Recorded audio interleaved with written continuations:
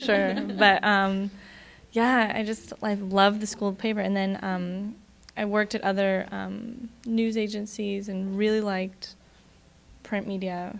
I worked at a online magazine when I was living in Chile, and I hated it.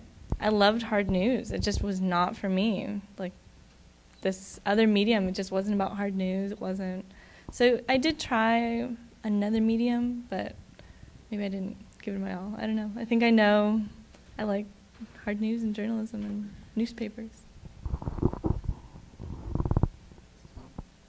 kind of struggles or conflicts did you kind of come across, or have you came any ethical or lawsuits or any kind of issues that you had to deal with that may have been problematic? Well, every day is a struggle.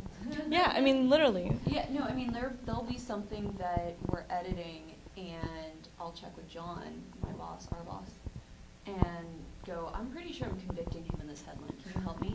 Absolutely. You know, I mean, it's all the time, and it'll... Everything. Yeah, I mean, we get you're like, packages all the time. Or ethics, you're like, I just did the story on this cannibal, and Jamie ran it by our editor, this woman in the town that we cover. Like, she was 24 and she killed her husband and then cut him up and grilled him and boiled his head and whatever. And oh wait, you forgot the best sentence. Can I tell it? Wait, what is that? She fried up his hands. Yeah. And then dipped him in barbecue sauce and tasted. She tasted him.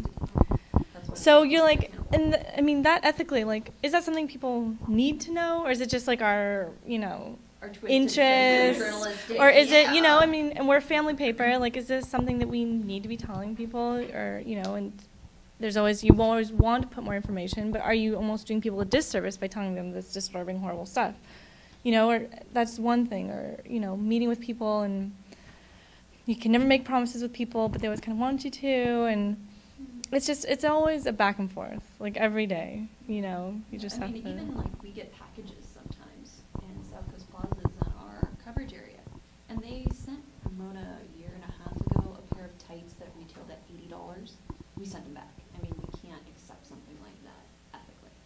Like that's total, we might be beholden for a pair of tights. And so you gotta, it's every right, with day. Wording, with what you include, with what you don't include, who you talk to, who you forgot to talk to. Everything is an ethical choice. Everything you do at newspaper. Those commas can come into play. Oh yeah. The way the sentence is worded. That's the truth.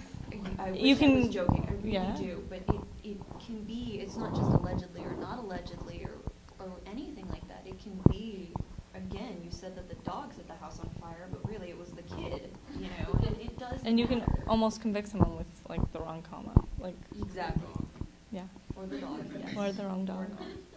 I just want to add, because for trade publications, it tends to be a lot different with that as far as that standard of ethics with your advertisers, because you're covering them, but they're also keep your magazine alive because they're your advertisers. So, like when we go to these conferences and stuff, like we go and we will buy them dinner, and talk about stories and kind of stuff that's coming up that we're not writing, we're not it's not an interview, we're having dinner, we're having a community relations dinner, if you will. But it's weird because and that was one thing, and it's still something I struggle with because I come from the newspaper side, which complete opposite, like they were just saying. But you get into trade magazines and that relationship, just the line gets a little more blurred.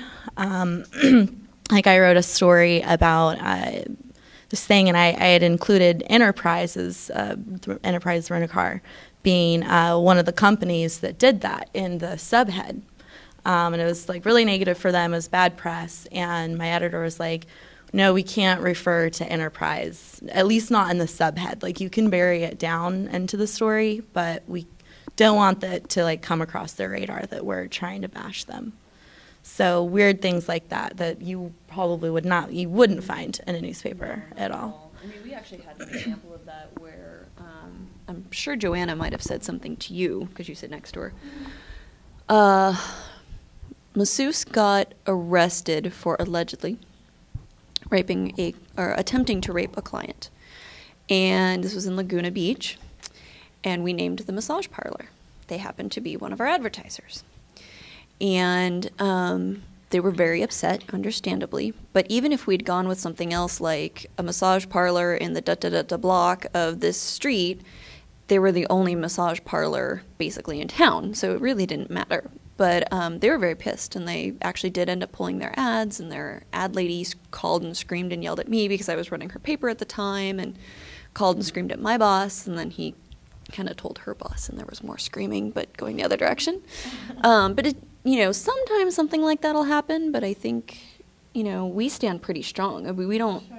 yeah. When it comes to ads, but then again, there's always, you're ethically beholden to your readers. Mm-hmm.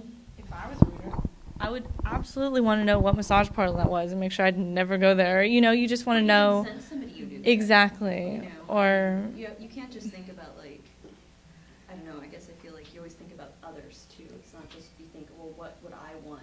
You try to think about, okay, if this was my kid, I don't know. oh sure, you know, if this is my friend and my friends go here, like I would want them to know it was this massage parlor. Mm-hmm. So if something did happen, they could report it, or they, you know, they might feel more comfortable. I don't know, but you're definitely exactly.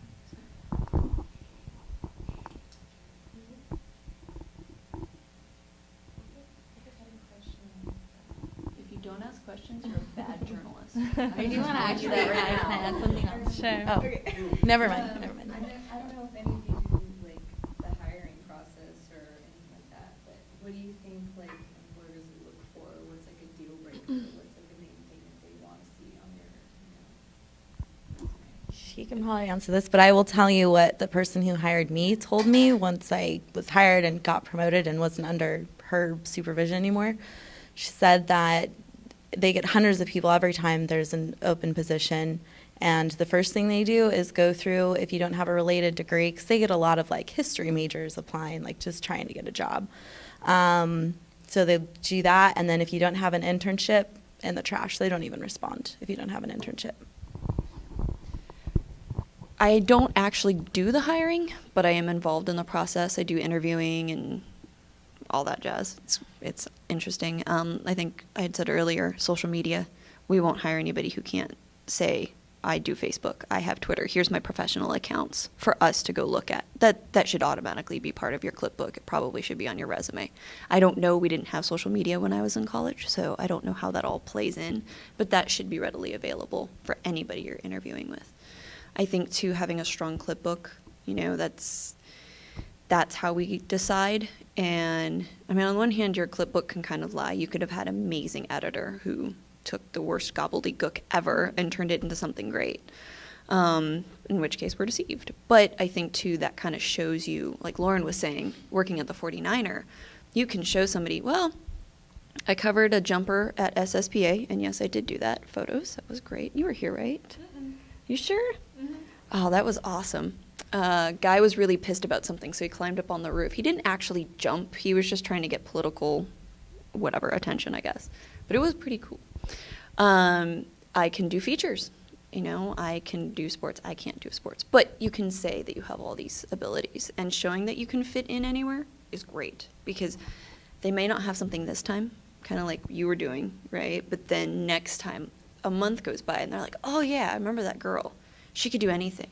She applied for public safety, but I really need an education reporter. I'm going to call her. I liked her. She was cool, but, you know. So I think it's just social media and showing that you can do a lot. Again, it goes back to that multitasking. Can you post a story online? Do you understand writing a web headline versus a print headline?